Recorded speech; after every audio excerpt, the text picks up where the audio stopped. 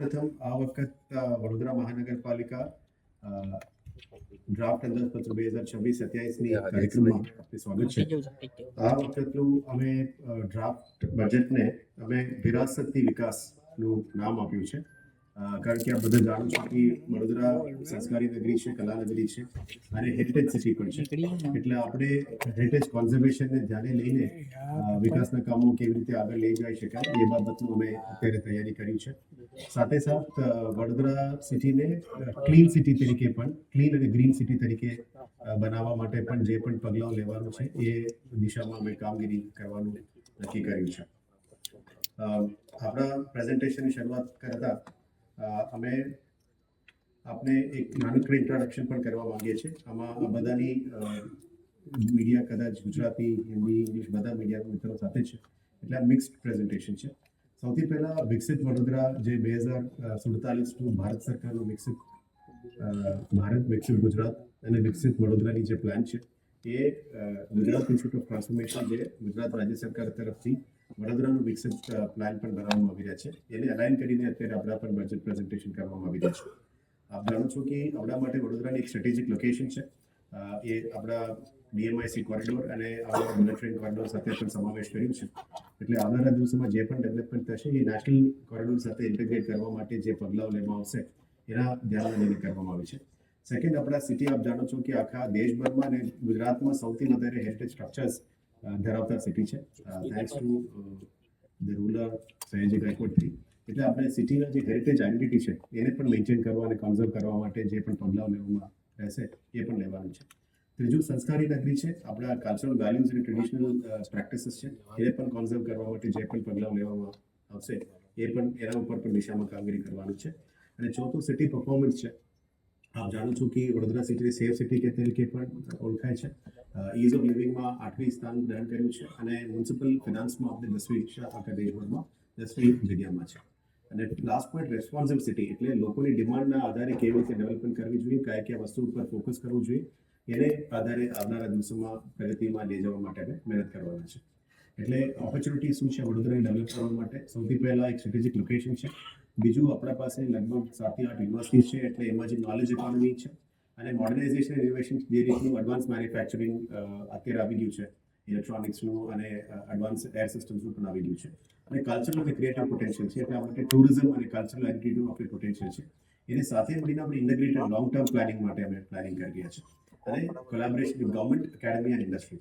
અને ત્રીજો, ઇન્ફ્રાસ્ટ્રક્ચર અને મોડર્નાઇઝેશન કરવાના છે. આપ જાણો છો કે વાઇબ્રન્ટ ગુજરાત પણ રિજનલ વાઇબ્રન્ટ ગુજરાત પણ આપણે મળનાર છે. એટલે આવનારા દિવસોમાં વડોદરામાં જે ઇન્વેસ્ટમેન્ટ છે એ પણ સિટીની સાથે અલાઇન તરીકે કરે એ બાબતનું પ્લાનિંગ છે. જે પણ આવનારા વર્ષનું જે પ્લાનિંગ છે એની સ્ટાર્ટ પોઈન્ટ અમે 2047ના વિઝન ડોક્યુમેન્ટને ધ્યાને લઈને જ કરી રહ્યા છે. એટલે કોર્ડિનેટેડ પબ્લિક પ્રાઇવેટ પાર્ટનરશિપ્સ પણ આવનારા દિવસોમાં મોબિલાઇઝ કરીશું. વડોદરાને ફ્યુચર રેડી સિટી તરીકે અને બેટર લિવિંગ ઇન્ડેક્સમાં લાવવા માટે પણ જે પ્રયત્નો છે એ પણ કરવાના છે. અને ત્રીજે, ટાર્ગેટેડ ઇન્વેસ્ટમેન્ટ જે આપણા માટે પોટેન્શિયલ ઇન્ડસ્ટ્રીઝ છે એને ટાર્ગેટ કરીને કરવા માટે પ્લાનિંગ છે. જે પણ પગલાઓ છે એમાં 3 મેઇન ક્વોલિટીઝને સમાવેશ કરવામાં આવશે. એમાં લિવેબિલિટી છે, કોમ્પિટિટિવનેસ છે અને ત્રીજું સસ્ટેનેબિલિટી છે. એટલે whatever decision is done it should sustain for 20 years. એટલે અમે SDG અર્બન ડેવલપમેન્ટ ઇન્ડેક્સને પણ ગોલ તરીકે માનીએ છીએ. સર્વેક્ષણમાં ઇઝ ઓફ લિવિંગ ઇન્ડેક્સને પણ ગોલ તરીકે રાખ્યા છે. મ્યુનિસિપલ પરફોર્મન્સ ઇન્ડેક્સમાં પણ આપણે ફિનાન્શિયલ સ્ટ્રેન્થ ઇન્ક્રીઝ કરવાનું છે. સ્માર્ટ સિટીઝ એસેસમેન્ટમાં ક્લાઇમેટ ક્રેડિટ પણ કરવાના છે અને data driven smart city assessment ઉપર પણ જવાના છે. અને છેલ્લે, જે એર ક્વોલિટી આપણા માટે અગત્યનું છે, એટલે સ્વચ્છ વાયુ સર્વેક્ષણમાં પણ આપણે ઇમ્પ્રુવમેન્ટ લાવે એ દિશામાં તમામ પગલાં લેવાના છે. અને કેવી રીતે કર્યું આ પ્લાનિંગ? આમાં અમે સિટીઝન સર્વેઝને પણ સમાવેશ કર્યો. એટલે સ્થાનિક નાગરિકો, વડોદરાના નાગરિકો પાસેથી પણ ઇનપુટ્સ લીધેલા છે. એક્સપર્ટ વર્કશોપ્સ જે કન્ડક્ટ કર્યા છે એમાંથી જે ઇનપુટ્સ આવે છે એમાં પણ લીધું છે. ઇન્ડસ્ટ્રી કન્સલ્ટેશન્સ પણ કર્યું છે. અને આવનારા દિવસો માટે આપણે યુવાનને પણ ક્યાં ક્યાં જરૂરિયાત છે એને અમે આધારે આ બધું કરવામાં આવી રહ્યા છે. એટલે જે વિઝન ડોક્યુમેન્ટ છે એના આધારે 2047 માટે શું પ્રામાણિકતા રહેવું જોઈએ? સિટીમાં ઇન્ક્લુઝિવિટી એટલે તમામ વર્ગના લોકો, તમામ કેટેગરીના લોકો, તમામ ઇકોનોમિક ઇન્ડિકેટર્સના લોકોને સમાવેશ કરીને આ પ્લાન કરવો જોઈએ. એટલે આવનારા દિવસોમાં જે નવા સમન્વયસ વિસ્તારો માટે પણ ખાસ પ્લાનિંગ અમે કર્યું છે. Second, sustainability. જે પણ ઇનિશિયેટિવ છે ક્લીન હોવું જોઈએ, ગ્રીન હોવું જોઈએ અને લોંગ ટર્મ 20-25 વર્ષ માટે હોવું જોઈએ. ત્રીજું, નવા ઇનોવેશન્સ શું કરી શકાય સિટીની ડેવલપમેન્ટ માટે, લેન્ડ મોનેટાઇઝેશન કરીને પ્રોજેક્ટ્સ એટ્રેક્ટ કરી શકાય એ પણ કર્યું છે.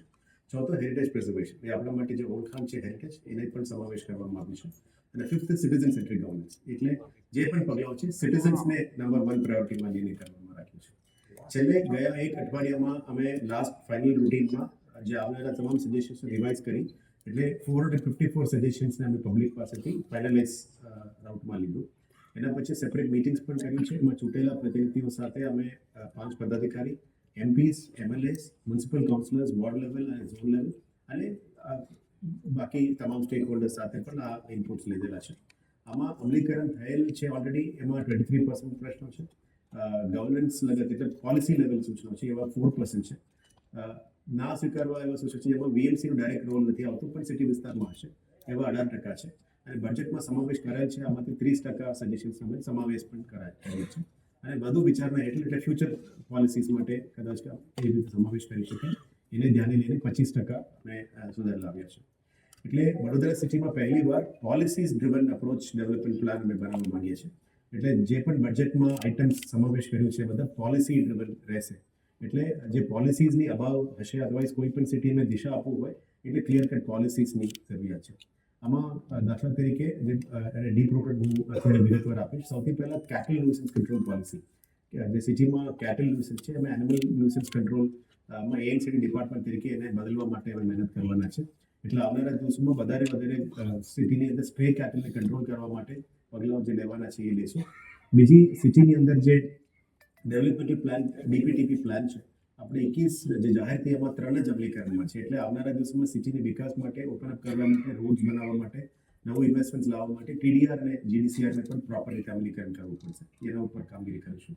અને કોઈ પણ સંજોગોમાં કમ્યુનિકેબલ ડિઝીઝીસ અને નોન કમ્યુનિકેબલ ડિઝીઝના કારણે સિટી અફેક્ટ ના થાય એના માટે પબ્લિક હેલ્થ બાયલોસ પણ લાવવાની જરૂરિયાત છે.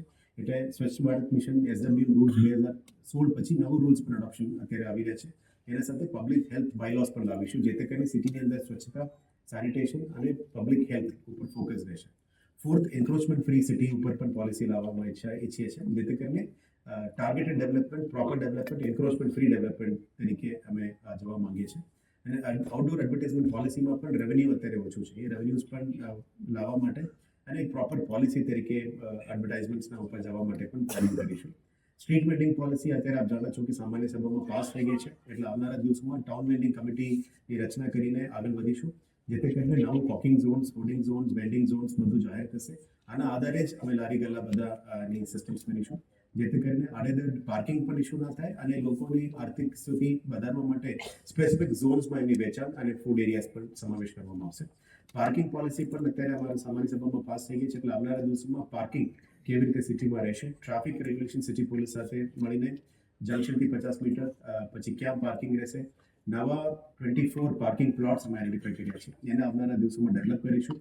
એટલે પાર્કિંગ સિટીમાં આડેધડ ના થવું જોઈએ, ફૂટપાથ ઉપર પાર્કિંગ ના થાય, રોડ વાપરવા માટે, ડ્રાઇવિંગ માટે વાપરવું જોઈએ અને ફૂટપાથ લોકોને ચાલવા માટે લેવું જોઈએ.